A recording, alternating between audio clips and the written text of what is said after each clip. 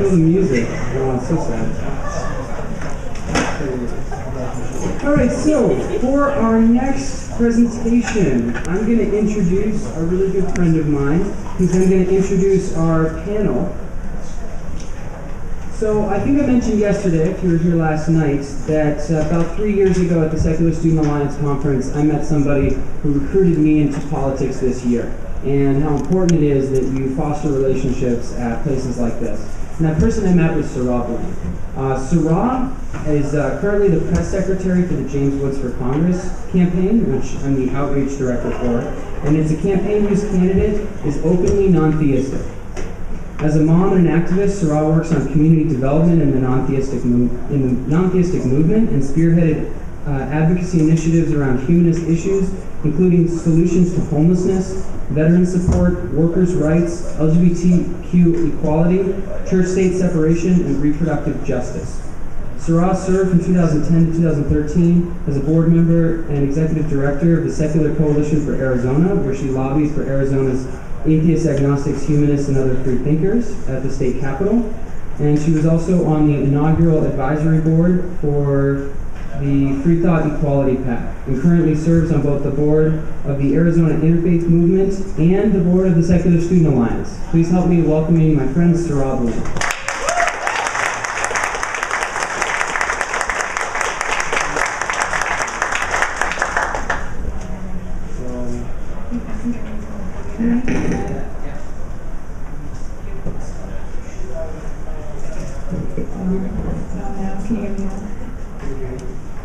Do I sound amazing? Hello. There's one mic. One mic, one world.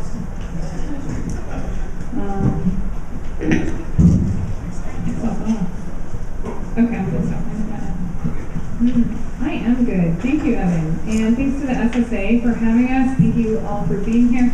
I want to echo a little bit of something that Evan said. I know you're all going to be seeing some great speakers. You're participating in some excellent workshops while you're here, but don't neglect your networking opportunities.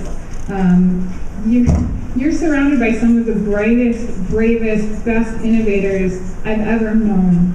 And there are lifelong friends and ventures to be had among you. So network, meet one another. You may need each other for your next world-changing opportunity. And I guess I say this with some authority, having met Evan Clark at an SSA conference a few years ago, and have now somehow managed to convince him to move to the conservative desert wasteland that is Gilbert, Arizona, to run a congressional campaign. So keep track of the people you meet here. But back to the business at hand. So the purpose of this panel, for me, is to inspire you, right? I want you to be inspired to be openly who you are, and to advocate for the right to be authentic as non-theists, to champion the principles that make our secular movement belong to the higher ground. These are the principles of scientific and critical inquiry, the principles of democracy, secularism, and human-based ethics. I need this movement, and the people in this room, and the people who share our values. I need you in my government. I need you in my city councils, in school boards, the state legislature. I need you in Congress. I need you as lobbyists and thought leaders and change makers and social entrepreneurs for the advancement of human rights and human joy. I did not approve of this world that I find myself in, right? I don't approve of living in a world where people are tortured by the crushing weight of poverty, where social rejection over arbitrary differences like religion, sexuality, gender, disability, immigration status, this rejection brings people to the most lonely kind of despair and marginalization. I don't approve of our refusal to prioritize healthcare as a basic human right. People's bodies are being brutalized and we're losing lives. I don't approve of our rejection as a society of reason. It threatens our very existence, because without it, we can't use the tools of science to solve the massive challenges that we're facing in terms of environmental catastrophe, emerging diseases, and overpopulation. This is not the world I want to exist in. But I'm in a room full of people with enormous passion and potential, and I'm surrounded by the greatest of change makers. And so in this conversation, in this panel, I want to inspire you and persuade you to participate in the political advocacy arm of the secular movement. And I've brought with me a panel of political activists to help me persuade you to do just that. Now, we've all heard the Gandhi quote, right? Be the change that you wish to see in the world. I pretty recently read a similar quote that resonated with me much more intensely, and that was, be the person you needed when you were a child. This panel is made up of people I needed when I was a child. I needed someone who wouldn't write me off over my lack of education, my economic status, my sexuality, or my beliefs. I needed someone who would advocate for me and my communities despite the political risk of doing so, who would be present with me despite the social stigma and the personal cost. And I needed someone to affirm that there is a place for me in social and civic life, regardless of my poverty, regardless of homelessness, brokenness, and my inconvenient obstinance. I was very, very fortunate that I did stumble upon allies and advocates in my life.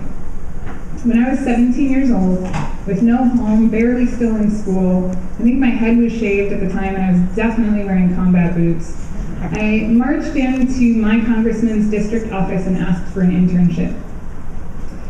Well, they sent me over to the campaign office because, I probably was just a bit much for the congressional office. But that campaign team not only let me intern, they became champions of my life. And I now live in an effort to be those people. And I surround myself as much as I can in my career with others who I also view as champion advocates. So to my left, champion Tory Harris, who among other things is currently the Vice President of the Arizona Veterans and Military Alliance.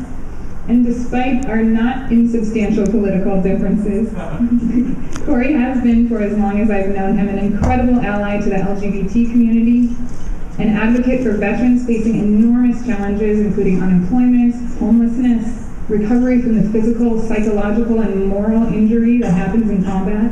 And he's been a good friend both to me and to the secular community. Champion Representative Juan Mendez is the person my brother insists those WWJD bracelets and bumper stickers are referring to.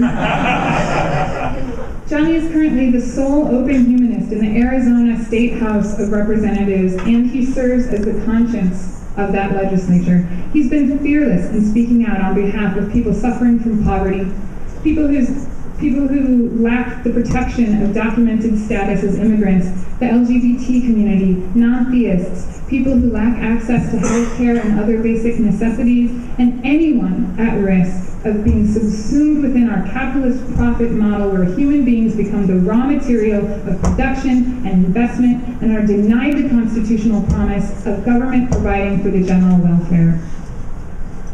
Tory Anderson, Jedi Master, is the Executive Director of the Arizona Alliance for Retired Americans, where she lobbies for vulnerable retirees, and she is also the Secular Coalition for Arizona's professional lobbyists, ensuring that our community has a voice at our state capitol, and that no Arizonan is denied civil rights by religionist legislators who make LGBT equality, reproductive health, and fact-based science education casualties to religious intrusion in secular civil government.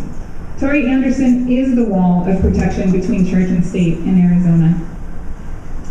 And at the end, James Woods, my friend and colleague, is an openly humanist candidate for the United States Congress. His advocacy is rooted in the humanist values of equality, reason, compassion, innovation, and sustainability. James's outspoken support for the atheist community, regardless of political affiliation, for people with disabilities, for families that fall outside of societal norms, for anyone marginalized, voiceless, and exploited, his activism for these communities makes him nothing less than a blind visionary. And he's laying the groundwork for others to run in the future for political office, unafraid of doing so with honesty and authenticity about their non-belief. This is a powerful thing that's happening. We can be a powerful political movement.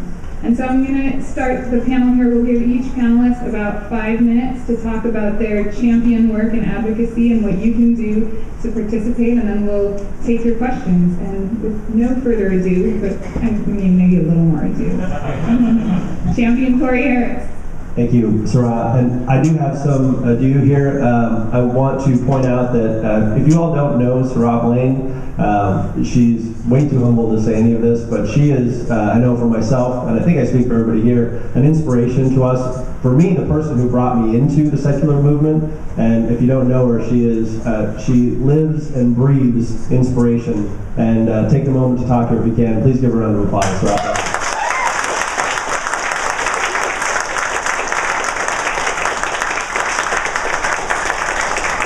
Right now, and I am going to pay for that later. Recently I had the amazing gift of being with a family member who had cancer out in Connecticut. I had a break between 2 jobs, and I was able to go out there and spent about a month and a half out there. And she's 87 years old, dying of brain cancer. And I told her the only thing that I wanted in return was for her to tell me stories about our family.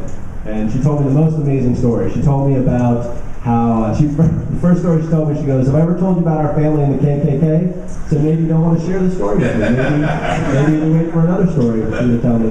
She goes, "No, it's awesome. We actually kicked the KKK out of Steubenville. My redheaded Irish rum-running forebearer went in and with bats and lead pipes and said to a meeting and said, 'You guys aren't welcome here, never come back.'" Right, I thought that was amazing. She may have been drunk at the time, but we were Irish, and that's expected. She also told me about living with JFK right in her backyard. As someone who lived in Connecticut, she talked about having him drive through on the way to his inauguration and how they let everybody go out of school to see JFK drive by, and the absolute devastation when he died in their community and how difficult that was. And she, despite the fact that her memory was going, she remembered these moments in her life as crystal clear memories. She talked about them. She talked about one of her daughters who marched for women's civil rights in the 60s, and you could see how evident the pride was, her pride in her daughter for doing this. And I remember as a kid thinking, I miss those moments. I grew up in the 80s and 90s, all the great things had already happened. The 60s had passed us, and where was our moment? My generation's moment. Closest I came to it, I remember, this is actually where I met Tory Anderson. Tory Anderson and I went to a Catholic school, if you can imagine. She went to the girls' school, I went to the boys' school. They had to dress in the plaid uniform, which will bear on this story. Dan Quayle was actually coming to Xavier. Dan Quayle, our former vice president who lives here in Phoenix, decided to come to Xavier to speak about Catholic schools and how great they were. And Brokey wasn't allowed to go. And I was incensed by this. So it luckily, or unluckily, happened to fall on Halloween. So I thought I would dress up like a Xavierite in plaid skirt and wig and all the accoutrements you can imagine. I did not shave my legs, that was my line, but I won't do that. And I tried to sneak in. Keep in mind I'm 16 years old and I think this is a good idea.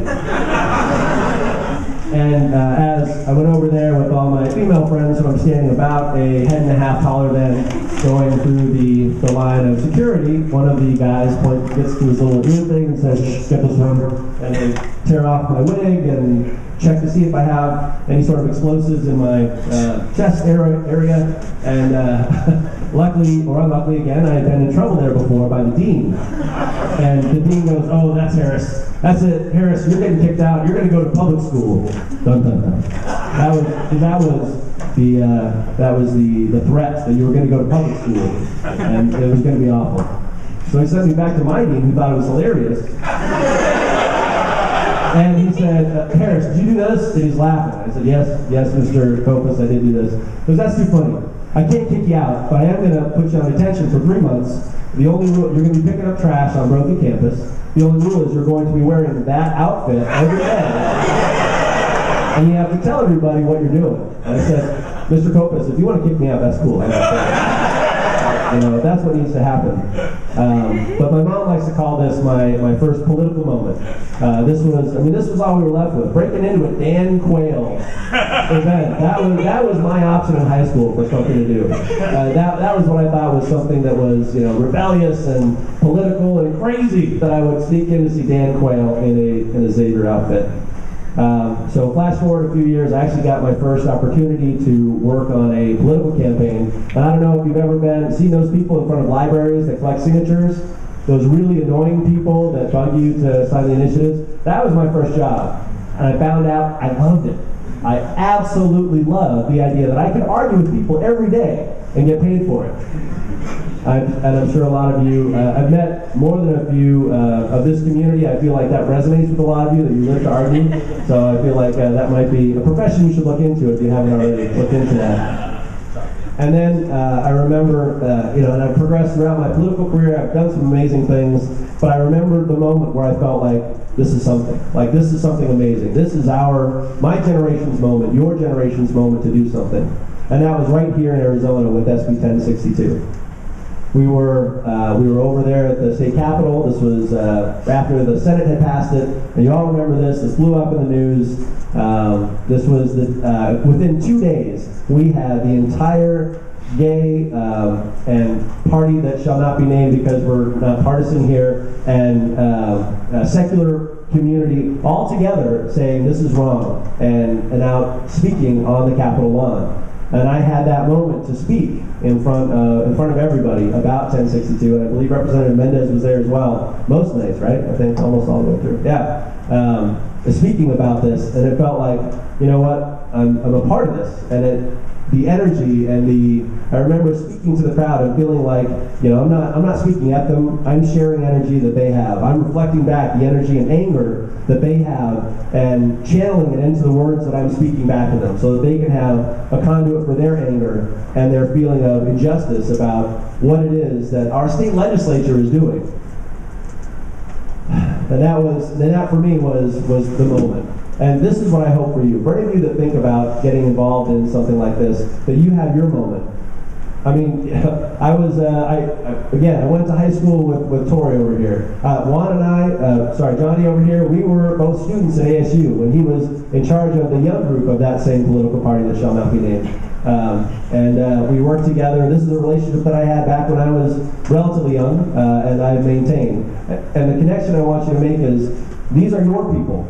The people that you're sitting next to right now, the people that you work with, this is your moment. This is your civil rights moment. I don't know if you feel that's what you're in, but you are in the middle of one of those historical pivot points for the United States, where we are right now, we can go one way or the other, and things are changing. It's amazing. Here in Arizona, we passed, I think it was 2007 that we passed a no gay marriage amendment, because that's awful. We don't have that here in Arizona. Just in 2004, this year, actually, there was a poll, 56% of Arizonans are in favor of gay marriage. Think about that. Think about how much of a change that is, and what kind of moment that you are in. That Arizona, who, we live on the Daily Show. In fact, they should pay us royalties for all of us. I mean, they've got a tent set up right outside of our Capitol, just waiting. Come on, give us a story, Arizona, please. And this started at ASU, where the only thing that I can remember back in the day was the preacher that would sit out in front of ASU and would argue about how we're all going to hell because we masturbate or because we think impure thoughts. And that was where it was probably 8 years ago. We progressed to just some amazing things here. And I'll kind of wrap this up a little bit. My dad, after the 1062 thing, he's a staunch Republican, and he said to me, I'm switching parties. This state is awful. And he's switching to independent, not Democrat, unfortunately. He said, how on earth can you do this? Can you work in this crazy? Why would you want to be a part of this? Why would you want to run for office? Why would you want to be involved in politics? Why not get a real job? I said, Dad, that's exactly why. Because this is my home, and this kind of crazy, this isn't what our state is about. This isn't the place that I grew up in. And I'm going to fight for that. And whatever I can do to make that happen, if it doesn't make me $1 million, okay. It's like food to me. Doing this, it's amazing. It's like breathing air. I can't, once you've had a taste of this, you can't do without it. And a lot of the people sitting here, you're going to be the next Medgar Evers. I mean, the next Martin Luther King is right here in this room. Gentleman over there in the green shirt is thinking, you know what, I don't care what this douchebag in the suit is saying right now, I can do so much better than him. You're the next Martin Luther King. Oh God, sorry, I talked a lot. So the I'm gonna wrap it up. So even though there's a lot of opportunity for you to do some amazing things, and I know that people will be annoyed with you at times for doing what you do. Your family will tell you this is a terrible thing that you're doing, and you'll be sitting at the table and talking about all the things that you work on, you believe in, and your family and friends will say this is ridiculous. But I guarantee you, Martin Luther King was sitting there at the table with Coretta talking about spaghetti one night and how it's not fair that my brothers and sisters can't have the same spaghetti that I have, but I will fight for the spaghetti for all my brothers and sisters. And Coretta said, Martin, will you please eat the frickin' spaghetti? Those are the moments that you're going to go through in your life, and I want you to have this moment, take this moment for Arizona, for our nation, and do some great things. Thank you.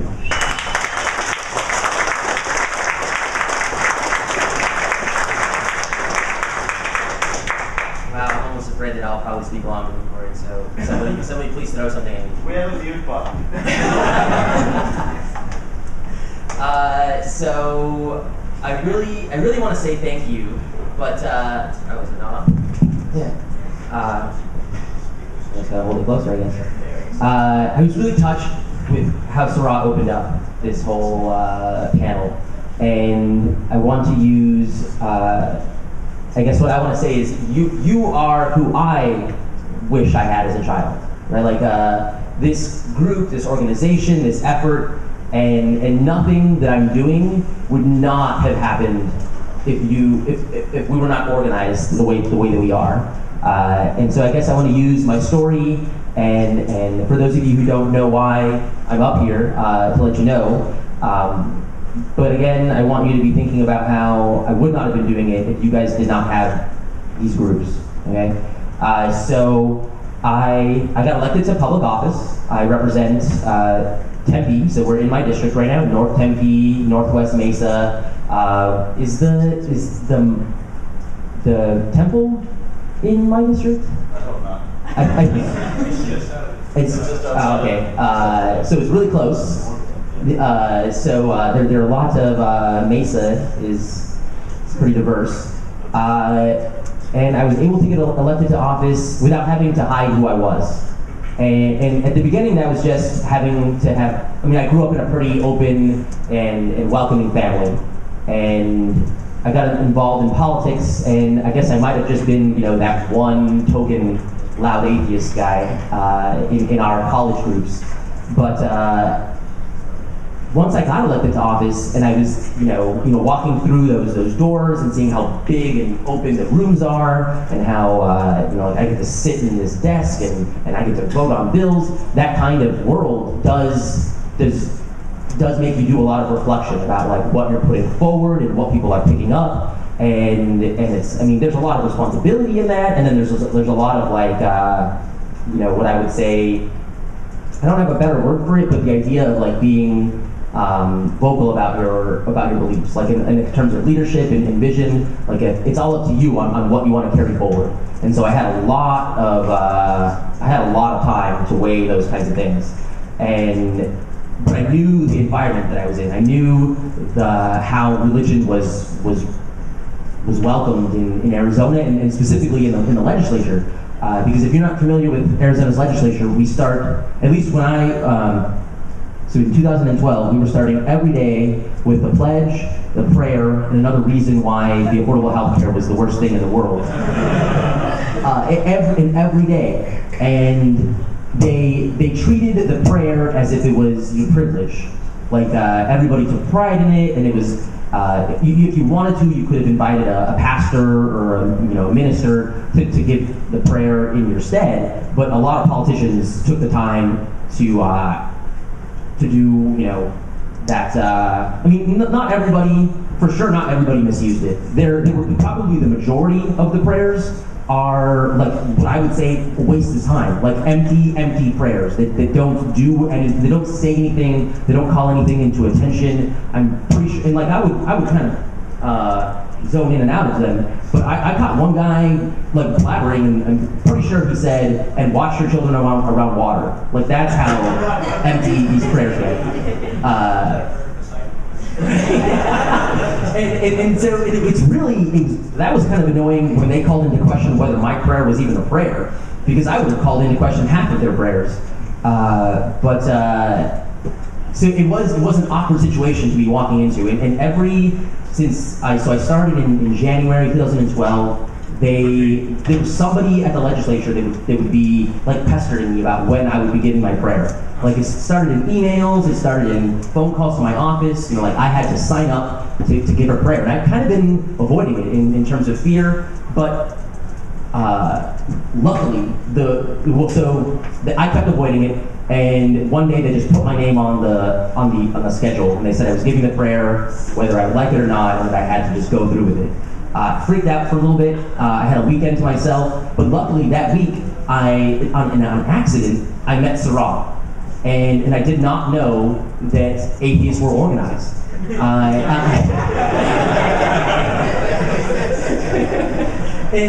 it put the whole situation in a different context for me.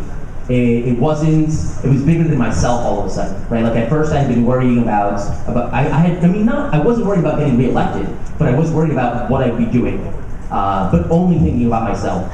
And when Seráh put everybody and all of you into context, and put my situation into context, it became such a much more easier decision for me. And so that's what I guess I really want to thank all of you for being organized. Like it really did make the difference in my tone. It made the difference in the message that I delivered. I'm afraid for the kind of message I would have delivered on my own. It would have been a much more lonelier and not a call to action that I was able to do because of you guys. So I guess that's what. Thank you that we're all able to do this together. So let me pass this along.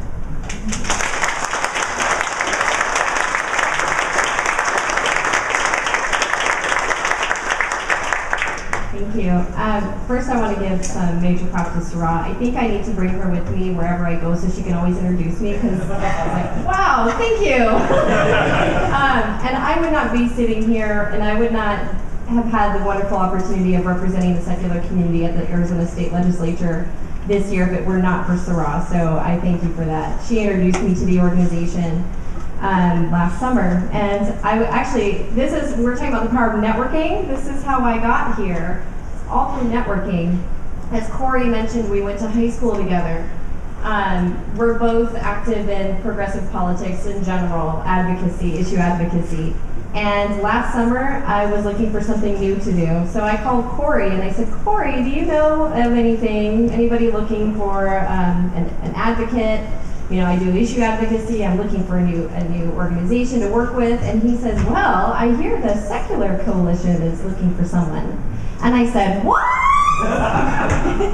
I didn't know there was a Secular Coalition. I didn't know that until last summer. And I was so excited to learn that, as Johnny said, atheists are organized. I've been working my whole, the last 5 years with the Arizona Alliance for Retired Americans, and basically what that is it's organized working retirees, or retirees who have been working people all of their lives. And they're basically union retirees, and the reason why they are so powerful is because they were organized. And so to learn that there was an organization like the Secular Coalition was fantastic to me. I actually came into my own atheism within the last 18 years, and I'm 35, so I've now been an atheist longer than I was a theist. So I'm very proud of that. I went my first 17 years as a Catholic. I call myself a recovering Catholic, but in any case, when I went to college, I didn't know what to do. I knew I wasn't Catholic. I wasn't sure if I believed in God, and I wasn't particularly political at that time. I wasn't political until the war started back in 2002. That's when I really got into politics. That's what pushed me into it. But and I'm so glad to see you here today, because if the Secular Student Alliance had been around when I was in college, I would have been with you. So I'm really excited for you. And here's the thing, political advocacy is so powerful, and it can be done on so many different levels. It can be as simple as signing that petition. It can be as simple as signing it and sharing it, and it can also be standing outside getting signatures for that petition. And the change that you can make as an individual is so powerful, and the change you can make together is even more powerful. So we always have to stick together. I'm going to tell you a couple stories of things that I had the privilege of working on this session. And I have to say that working with the secular community has just been both a privilege and an honor. And I'm just, every day I was at the state legislature speaking up on behalf of the secular community, I thought, how lucky am I to have this job? And it was fantastic, because I would be sitting with a legislator and I would have no trouble discussing the issues or why we felt the way we do, because I believe it. I really do. I believe in secular public policy. And you don't even have to be an atheist to believe that either. And this is what I would explain to the legislators. That secular public policy is valuable to everybody, not just atheists or humanists. It's valuable to theists. Many people appreciate this, except that I think the only people that don't are the religious right, I think. I think they're the ones who are really pushing the agenda of putting religion into government. And they do it in super sneaky ways, too. Sometimes they can be very sneaky. And so it's so valuable to have a voice at the legislature, like the Secular Coalition, but I'm only as powerful as all of you, and I'll get to that in a minute. So Corey talked a little bit about the discrimination bill, Senate Bill 1062, which I'm not going to go into as much since he talked about it, but that was amazing. We were ready for it because Seráh had done all the work the year before on the previous bill that was vetoed under the bill moratorium. Our governor had put a bill moratorium out. She says, I'm not going to sign anything until you send me Medicaid expansion. And she meant it. So she vetoed the bill the previous session. Well, here it comes again. We were ready. I had 3 days to prepare my statement to the committee. But I was prepared because I knew Seráh. She helped me out, right? This is networking. It's fantastic. So we were there from the beginning talking about this bill. We heard the bill was going to go quickly and quietly. This is what we heard. There was a deal. There was a deal that was made between the governor, the sponsor of the bill, and the Center for Arizona Policy, which is the religious right group here in Arizona, that the bill would go quickly and quietly before the budget. She would sign it. It would be done. So we heard about this and we said, you know what, there's not much we can do about it going quickly, because it was well on its way and it was going quick. It was in both houses, the House and the Senate. But we sure could make sure it didn't go quietly, couldn't we? And that's exactly what we did. We brought as much attention to this bill as possible. So we were faced with an uphill battle from the beginning. We knew there was this deal that was made. We knew that the cards were stacked against us, and we didn't give up. And by we, I mean the Secular Coalition, along with the LGBTQ community, and all of the secular community. We did not give up. We made a lot of noise, and we got a veto in the end. The governor, she didn't sign it. Obviously, she vetoed it, even though she had told him she would. She couldn't. We finally got her to the position where if she signed that bill, it just would have been devastating politically for whoever is running next in the gubernatorial race here in Arizona, etc. We have to think about this broadly. But it was only because of all of you that this happened. Because I'll tell you what, I was up speaking about this bill in January at the very first hearing, and it was me and 3 other people, and that was it. And nobody cared. Nobody really cared. The legislators all voted the way they wanted to vote. They thought, nothing's going to come of this. We're just going to keep voting. We're just going to keep voting it through. Because there wasn't enough people complaining or being out there saying, no, this is not okay. And once we started spreading the word, and we worked on it, and all of you came out and you came to the Capitol, or you wrote letters, and we got on the national media, all of that just doesn't happen. That doesn't happen on its own. It's because of people like Johnny as well, working behind the scenes to bring attention to this, and people like me and people, other leaders in the community, bringing attention to this on Facebook and other social media sites. bringing it up, letters to the editor, all of that is political advocacy, and that's how you can be an advocate as an individual. I'm very proud of the work we did on that bill, and I'm so glad I was able to be there. But I also wanted to talk to you a little bit about local advocacy. And this goes back to something Seráh said about how important it is to make sure that we have people who believe in secular public policy on school boards, city councils, these local small elections. You think it doesn't matter, it really does. Here, right here, the Tempe Union High School district, just 2 months ago, or was it? It was like May 4th. Leading up to this, apparently their contract for their sex ed curriculum had expired and they needed a new one. So they had 2 curriculums they were considering. One curriculum was an abstinence-based curriculum, which completely left out anything about protection from STDs, any kind, and basically pushed the whole concept that you shouldn't have sex until you're married. Well, what if you can't get married? Because you're in a state that says you can't get married, or among other things. I mean, that's just one problem with it. So, of course we had an issue with this. And what I found out, I got a phone call it was March, and they said, you know what, we've been having these hearings and nobody is up here talking for this comprehensive sex education. The only people that are showing up are the people who want the abstinence education. And so I got a phone call and they said, can you help? I said, you bet I can help. You bet. Because no one knew what was happening. That's why no one showed up. It wasn't because people didn't care. So we started making phone calls and sending emails to people who lived in the district. We started a petition. We got people to the next hearing. So that at this hearing, there were people standing up and saying, no to abstinence only. We want comprehensive sex education. It's important for our youth to get the entire story so that they can live healthy sexual lives. And we were successful. Because in the end,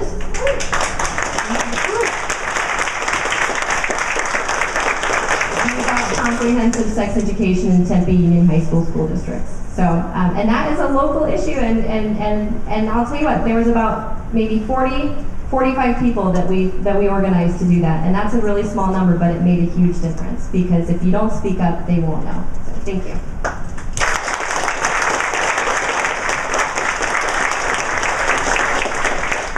Good morning. First of all, those of you who don't live here, welcome to Phoenix on the first day of summer. You'll really enjoy it about 3 o'clock. That's when it's the best. We're here to talk about getting you inspired to be involved in politics. Well, you're here, so the battle is halfway won. The fact that you're willing to give up a summer day to come to the hottest metropolitan area in the United States to listen to a bunch of lectures is a good sign that you're already committed to the cause, and I commend you for that. Secondly, like the rest of this panel, I do need to point out how great Seráh is. She works for me on campaign, running for Congress, and she is the one who convinced me that this wasn't a completely ridiculous, quixotic campaign, because it's not necessarily about winning. It's about having the biggest microphone you can have to present opposition to the status quo. And I'd like to thank her for that. We met at a Freedom from Religion meetup. And also she convinced me to be on one of the FFRF billboards. You can find it. The way I found out it went up was my friend in Atlanta said, dude, you're on Reddit. He was actually he is a network architect for a security software company, and he was goofing off in a meeting with C-level executives on his iPad. And he sent me a text message. And I pulled it up, and what the most amazing thing about it was the only negative comments on it were, of course it was under r/atheist, but the only negative comments on it were the choice of color scheme and font.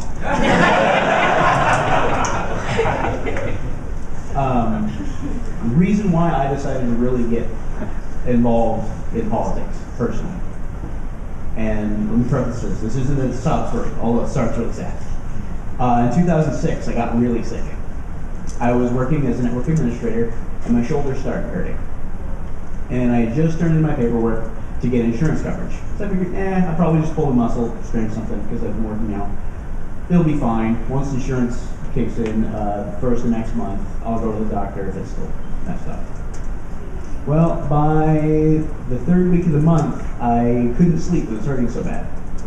So I'm like, okay, I just got to bite the bullet. I got to go to the emergency room. I go, and the ER doc said, yeah, you're probably right. You probably just strained something. But just to be safe, let's x-ray your shoulder. Well, they did. And let me back up a second. I am a type 1 diabetic. I have juvenile diabetes. My pancreas does not work. They x-rayed it, and it turned out I had an infection in my left clavicle. MRSA, which is an antibiotic-resistant staph infection. And once an infection like that gets in the bone, the only way to get rid of it is to cut it out. So I've shown some people this. I'm not going to do it because I'm wearing a suit jacket. But I can pull my shoulder over it because this is free floating. I have 2 inches of bone missing from my collar. So I went into the hospital on October 20th of 2006. I didn't get out until the end of April, beginning of May of 2008. I went into end-stage renal failure. My kidneys failed. And a month before my 27th birthday, I went blind. I complained to the doctor on a Monday morning during rounds that my vision was starting to get blurry and going dark. He says, well, we'll take care of it once we get the infection under control. I was on IV antibiotics. It was excruciating pain. I had what's called a wound vac, which is a really unpleasant device. It sounds as gross as it is. And by that Friday, I woke up and couldn't see anything. It was just black. And haven't seen anything since. All that time in the hospital, and because I was an infection risk for everyone else, I was basically in solitary. The only human contact I had was when they'd come to change my bandages, administer medications, and my father and brother would come visit me. It gives you a lot of time to think. And I was in and out of intensive care over that time, and if I make it out of this, I'm not going to give up. When I make it out of this, what am I going to do to change the direction of my life? Because I thought, well, my whole life is basically over. I just hit the reset button. What am I going to do different? And I decided I want to make this world a better place in whatever measure I can. And that's when I decided I wanted to get into advocacy and the political realm to try and make a difference, tell people my story and say, look, we need to stand up, things need to change. If you're not happy with the way things are, you need to get involved, you need to stand up. Whatever you're passionate about, it could be healthcare, could be education reform, could be secular government, which is another one of my big ones. Whatever you're passionate about, stand up, make your voice heard, volunteer, run for office. Maybe you don't want to run for office, that's fine. 30-second ranking. Sure. You just need to stand up, get involved, make a difference. You can do it, even if you're not rich, even if you don't have a network. You're here, make a network. These are great people. We'd love to help you do whatever you want to do. Come talk to us. Thank you for being here, and I guess we're going to start questions now.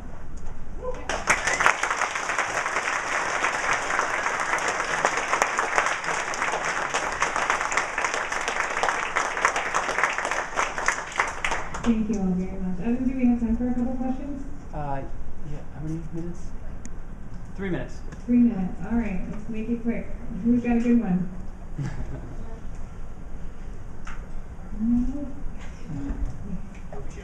I always have a question. So, this is true across the country. The religious right tends to have a stronger hold of the state legislature. It seems to be, appropriate for the demographics of the various states, and it's particularly true in Arizona. We seem to be the John Stewart calling fire state. Is there a structural reason, or is it just because we just don't get out and get organized? I want to say that there's a lot members of our legislature that have been able to rely on relationships with an organization called CAP, Center for Arizona Policy. And we're missing that on our side.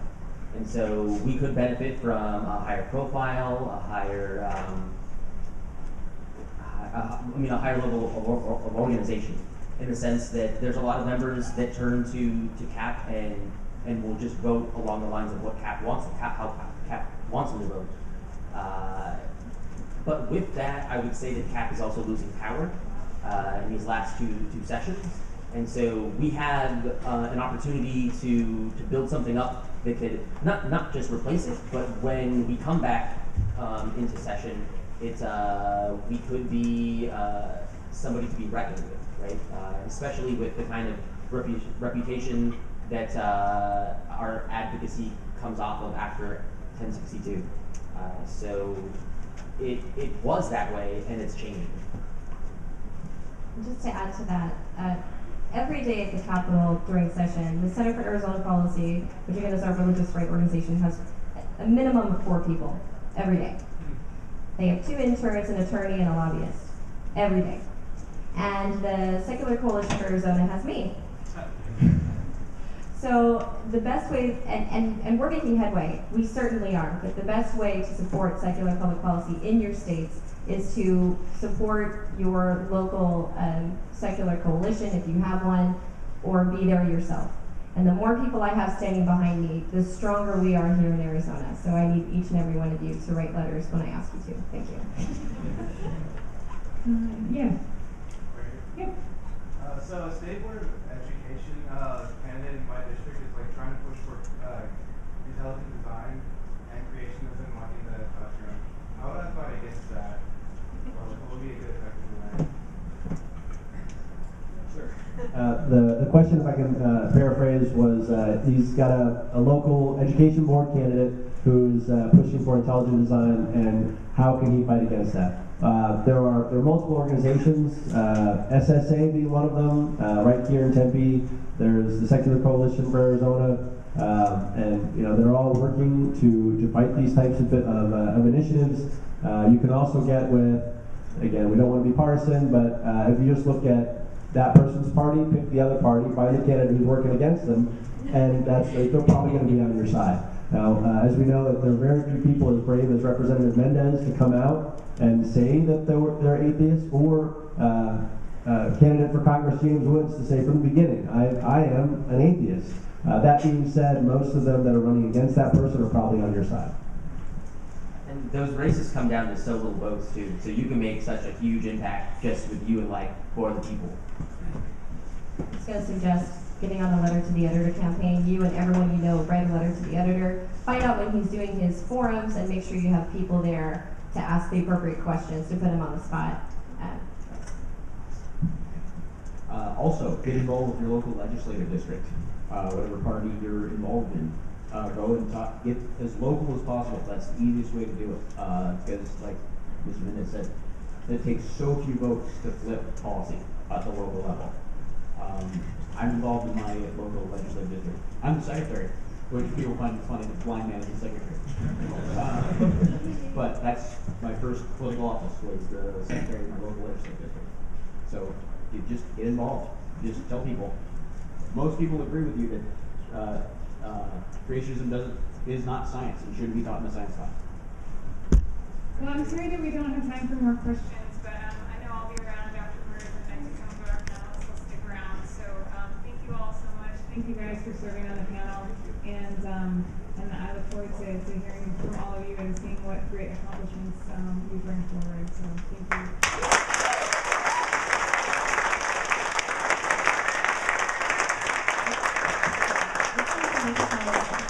Just one more thing. Anyone who's from Arizona and wants to be helping me at the legislature, wants to be an intern, just come see me, because I need help. I need people down there. I want to have 4 people down there every day. So thank you. Wonderful.